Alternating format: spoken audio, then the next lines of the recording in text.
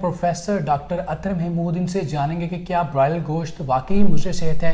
Doctor साहब पहले तो बहुत बहुत शुक्रिया, आपने वक्त दिया। कैसे हैं आप, खैरियत से हैं? अच्छा डॉक्टर साहब ये बताएगा कि आप क्या समझते हैं कि ब्रॉयलर गोश्त वाकई मुझे सेहत है, क्योंकि लोगों के अंदर बड़ी कन्फ्यूजन इस हवाले से पाई जाती है। नहीं, ब्रॉयलर के गोश्त में ऐसी कोई भी बात नहीं है कि जिससे हम ये कह सकें कि मुज़र सेहत है। मतलब सदियों से कम पाकिस्तान के अंदर 50-60 से लोग ये खा रहे हैं, पूरी दुनिया में इससे भी ज़्यादा इसको अर्सा खाते हो गए।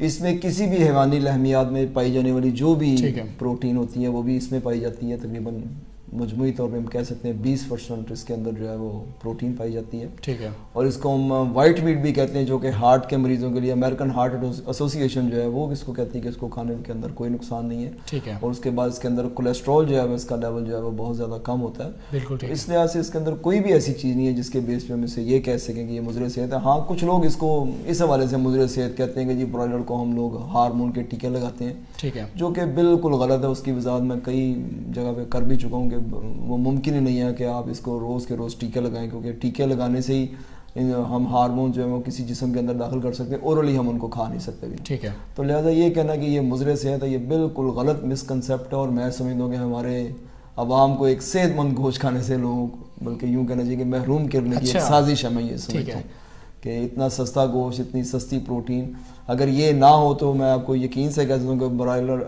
जो है मटन की कीमत वो तकरीबन 4000 रुपये किलो आप तक पहुँच जाए, जो कि आम आदमी के बस की बात ही नहीं है। तो लिहाजा इस प्रोपेगेंडे को बिल्कुल बंद होना चाहिए कि ब्रॉयलर जो है वो नुकसानदेह गोश्त है, किसी लिहाज से भी।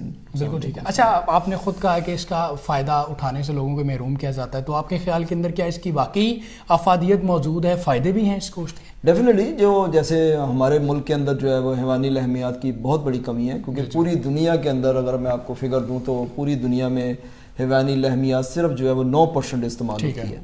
तो इसका मतलब है कि 90% की भी हमारे पास गुंजाइश है कि हम 90% मज़ीद इस्तेमाल करते हैं। और हमारे पर्टिकुलरली पाकिस्तान के अंदर तो हर बंदे को डेली हैवानी लहमिया जो है वो 27 ग्राम चाहिए और हमें 16 ग्राम मिल रही है।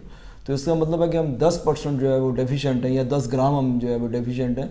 तो इसलिए हमें तो मैं समझता हूँ आंखें बंद करके हमारे नौजवानों को, बच्चों को जब वो गोश्त खाने के काबिल हो जाएँ, उनको हमको ये गोश्त जो है वो हर सूरत देना चाहिए। और इसमें है कि ज़ाहिर है हैवानी लहमियात भी है, ताकत भी है, और फिर है कि एक हमारी बुनियादी ज़रूरत है जो हमारे मुल्क के हर नौजवान और हर किस्म के लोगों को इसको खाना चाहिए। बिल्कुल किसी किस्म का कोई नहीं है। अच्छा डॉक्टर साहब ये बताइएगा कि जो सुनने में आता है कि वो जो ऐसे आपने खुद कहा कि इंजेक्शन लगाए जाते हैं उसकी ग्रोथ के लिए ब्रॉयलर की, तो ब्रॉयलर की बेसिकली खुराक ये कहा कि लगाए जाते हैं, लोग कहते हैं, लोग कहते हैं कि उसको इंजेक्शन लगाया जाता है उसकी ग्रोथ को बढ़ाने के लिए। तो आपके ख्याल के अंदर या आप क्या समझते हैं कि इनका जो जेन्युइन खुराक क्या है ब्रॉयलर की जिससे ये ग्रो करते हैं?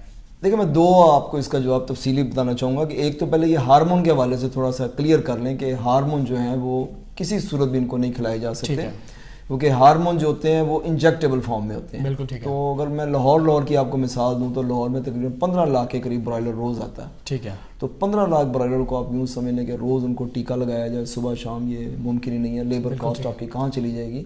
दूसरा, हम इसको वही खिलाते हैं जो पूरी दुनिया में इसको खिलाया जाता है। इसकी खुराक के दो मेजर हिस्से हैं, एक को मकई बोलते हैं, ठीक है, जो कि तकरीबन 50 से 60% इसकी खुराक का हिस्सा होता है, और उसके बाद दूसरा इसका मेन पोर्शन जो होता है वो सोयाबीन होता है। बिल्कुल ठीक है। जो कि तकरीबन 15 से 20% डिपेंडिंग ऑन, बाकी जो आप समझ लें कि 20% होता है उसके अंदर मिनरल्स होते हैं, उसके अंदर वाइटामिन्स होते हैं, उसके अंदर शीरा जिसे हम बोलते हैं वो इसके अंदर डाला जाता है, और 1% जो है वो सिर्फ पोल्ट्री बाई प्रोडक्ट मील जिसे हम कहते हैं वो इसके अंदर डाला जाता है। इस तरह व्हीट ब्रांड हम इसके अंदर डालते हैं, कुछ लोग राइस पॉलिशिंग डालते हैं। तो ये मेजर जो है इसके ये वाले इंग्रेडिएंट होते हैं वो इसको डाले जाते हैं। तो कुछ लोग ये भी समझते हैं कि जी हम इसको आर्सेनिक भी खिलाते हैं, जो कि मैं समझता हूँ कि बहुत ही ये गलत किस्म का प्रोपेगेंडा है। ये एक दवाई थी जो 2011 में अमेरिका में किसी दौर में आई थी, और ये दवाई जो थी ये फीड की शेल्फ लाइफ को बढ़ाने के लिए इस्तेमाल होती है। ठीक है। तो हमारे मुल्क में तो फीड जो है वो तकरीबन डेली बेसिस पे बनती है। ज़्यादा से ज़्यादा भी अगर कोई स्टोर करता है कोई फार्मर तो वो 1 हफ्ते का स्टोरेज होता है। ठीक है। तो ये उस बेस के ऊपर इस बात को फैलाया गया कि जी आप इसके अंदर आर्सेनिक डालते हैं जिसकी वजह से वो मतलब लोगों को कैंसर हो रहा है। लेकिन आर्सेनिक की अगर मैं आपको मिसाल दूँ तो आर्सेनिक जो है लाहौर के पानी में पाया गया है। ये तो हमें भी पता है, सारी दुनिया को पता है कि जो वाटर का टेबल नीचे जाता है उसमें आर्सेनिक की मिकदार कम हो जाती है। ठीक है। अभी जो रिसेंट सर्वे लाहौर में हुआ उसमें है कि आप सरकारी नलकों या वो हैंड पंप का पानी जब चेक किया गया तो उसके अंदर आर्सेनिक की मिकदार जो है 10 माइक्रोग्राम पर लीटर डाली गई। ठीक है। اور جبکہ ورلڈ جو 10 گرام جو ہے یہ جو میں آپ کو بتا رہا ہوں یہ ورلڈ ہیلتھ اسٹینڈرڈ ہے کہ اتنا ہونا چاہیے, لیکن ہمارے لاہور کے پانی میں 300 مائکرو گرام پر لیٹر ڈالا گیا. ہاں اگر وہ والا پانی آپ پی لیتے ہیں, میں پی لیتا ہوں یا جانور پی لیتا ہے تو پھر ہمیں اس کا چانسز جو ہے وہ ہوتا ہے کہ آرسینک ہمارے جسم کے اندر موجود ہوگا. تو اگر خدا نہ خواستہ برڈ ایسا پانی پی بھی لے تو یہ پھر اس کا آرسینک جو اس کے لیور میں, جس کو ہم کلیجی بولتے ہیں یا جگر بولتے ہیں, وہاں پر یہ اکٹھا ہو جاتا ہے. تو ہم لوگوں کو یہ ریکمینڈ کرتے ہیں کہ آپ اس کی کلیجی جو ہے وہ نہ کھائیں گے, اگر اس کے اندر اس کے چانسز جو ہے وہ بہت زیادہ ہوتے ہیں. دوسرا چاولوں میں بھی یہ پایا جاتا ہے, ہم گھر میں ہمارے بھی چاول پکتے ہیں تو اس میں بھی اس کی مقدار پائی جاتی ہے. تو اس میں ہم پھر یہ ان کو ریکمینڈ کرتے ہیں کہ اگر آپ چاول کو رنس کر لیں یعنی پانی سے دھو لیں تو 10% اس کی مقدار کم ہو جاتی ہے.